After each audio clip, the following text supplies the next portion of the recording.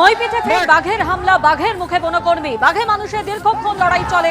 সেই মুহূর্তের ছবি আপনাদের সামনে তুলে ধরছি। গুরুতর জখম হন বন দপ্তরের এক কর্মী। বাঘ যাতে বাইরের দিকে বেরিয়ে না আসতে পারে তার জন্য এই রকম নেট দিয়ে ঘিরে দেওয়া হয়েছে এবং আশেপাশে লোকালয় রয়েছে, সেই লোকালয়ের মধ্যে প্রচুর মানুষ বসবাস করে, সেখানে না আসে তার জন্য প্রথম যেটা পদক্ষেপ সেটা হচ্ছে নেট দিয়ে এরকম ঘিরে দেওয়া। বহু মানুষকে দেখতে পাচ্ছি তারা কিন্তু একেবারে এখানে চলে এসেছেন বিভিন্ন জায়গা থেকে, কেউ কাউ দেখতে পাচ্ছি গাছের ওপর উঠে পড়েছে এবং এই ক্ষেত্রে যাতে পুলিশ, স্থানীয় পুলিশ, বন দপ্তরের কর্মীরা তারা একেবারে এক্ষেত্রে কিন্তু তারা কড়া নজরদারির মধ্যে রাখছেন যাতে কোনো বিপদ না হয়। এবং কোন জায়গায় বাঘের অবস্থান, এই হচ্ছে সেই চাষের যে জমি, যে ক্ষেত, সেই ক্ষেতের মধ্যে দেখতে পাচ্ছ বড় একটা অংশ, সেই অংশের মধ্যে রয়্যাল বেঙ্গল আছে বলে মনে করা হচ্ছে এবং গোটা জায়গাটা চারদিক থেকে ঘিরে ফেলা হয়েছে। অন্যান্য ক্ষেত্রে আমরা সাধারণত যেমন দেখি যে কোনো জায়গায় বাঘের অবস্থান থাকলে, তাহলে পাশে নদী থাকলে সেখানে কিন্তু বাঘ সেখান থেকে বেরিয়ে যেতে পারে, সেই মধ্যে একটা রুট তৈরি করে রাখা। কিন্তু এখানে বাঘ বেরোতে পারবে না কোনো জায়গা থেকে, কারণ হচ্ছে এমনভাবে এমন জায়গায় বাঘ রয়্যাল বেঙ্গল প্রবেশ করেছে সেখানে কিন্তু একেবারে চাষের ক্ষেত এবং সেই ক্ষেতের মধ্যে রয়্যাল বেঙ্গল প্রবেশ করেছে এবং সেইটাকে একবারে চারদিক থেকে বক্স তৈরি করে ঘিরে রাখা হয়েছে।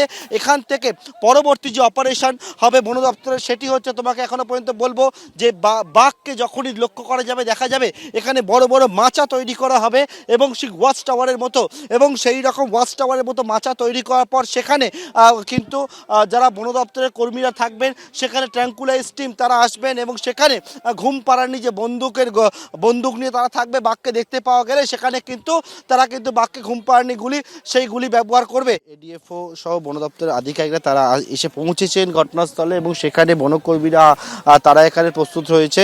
একদিকে যেমন মইপিঠ কোস্টাল থানা পুলিশ রয়েছে, অন্যদিকে কুলতলি থানা পুলিশ রয়েছে এবং এখানে যে জায়গায় বাঘের এখন অবস্থান, যে বিষয়টা সেটা হচ্ছে আমার সহকর্মী শ্যামল জানা যে ছবি তুলে ধরছে, এইটা হচ্ছে জমি এবং সেই জমির ভিতরে যে জায়গা দুটো নেট দিয়ে এখন আপাতত ঘেরা হয়েছে এবং এইটাকে একটা বক্স মতো করে গোটা জমিটা একটা অংশ সেখানে কিন্তু ঘিরে রাখা হয়েছে। সেখান থেকে মনে করছেন তারা যে সেই ক্ষেত্রে কিন্তু যেখানে কিন্তু এখানে বাঘের অবস্থান এই জায়গায় যে রয়েছে এবং থেকে যেটা বনকর্মীরা মনে করছেন এই জায়গা থেকে কিভাবে উদ্ধার কার্য সম্পন্ন করা যায় সেই চেষ্টা করা হচ্ছে এবং বন দপ্তরের কর্মীরা তারা এখানে উপস্থিত রয়েছে, আধিকারিকরা রয়েছেন এবং তারা এখানে থেকে পরবর্তী অপারেশন কি হবে সেই অপারেশন কিন্তু ওনারা দেখছেন। সকালবেলা যেরকমভাবে পরিস্থিতি হলো, কালকের থেকে তার ইনফরমেশন ছিল বাঘ এখানে উপস্থিত রয়েছে, তাহলে একটা লাঠি নিয়ে শুধুমাত্র পর্যাপ্ত না, অ্যাকচুয়ালি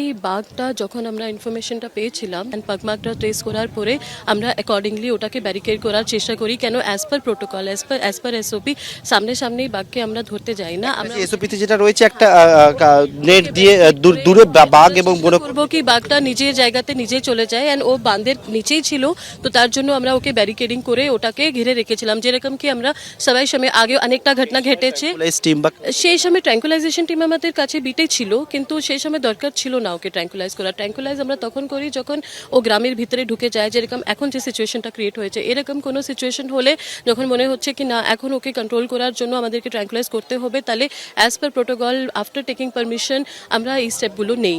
একজনকে আহত হতে গেলে এটা নিশ্চয় কখনোই কাম্য না। বনকর্মী তিনি যেরকম ভাবে একবারে বাঘে মানুষের লড়াই দেখলাম আমরা, সাধারণত কয়েকটা অপারেশনে তেমন পরিস্থিতি হয়নি, এইটা হলো কোনো জায়গায় খামতি রয়ে যাচ্ছে। একটা খামতি আমরা বলবো না, কেন কি যে খামতি থাকতো তাহলে তো আমার টিম স্পটে থাকতোই না। যখন একটা লোক বাঘের কাছে চলে যাচ্ছিল, ওকে প্রোটেক্ট করতে গেলে আমাদের টাইগার রেস্কিউ টিমের স্টাফটা আজকে ইনজিওর হয়েছে, তো ওকে বাঁচানোর জন্য তার মানে কি হোল নাইট আমাদের টিম এখানেই ছিল, সকালে ওরা উপস্থিত ছিলেন ও সেরকমই ডিউটিটা হচ্ছিল। এটা একটু আনএক্সপেক্টেড ছিল, সবার নিরাপত্তা।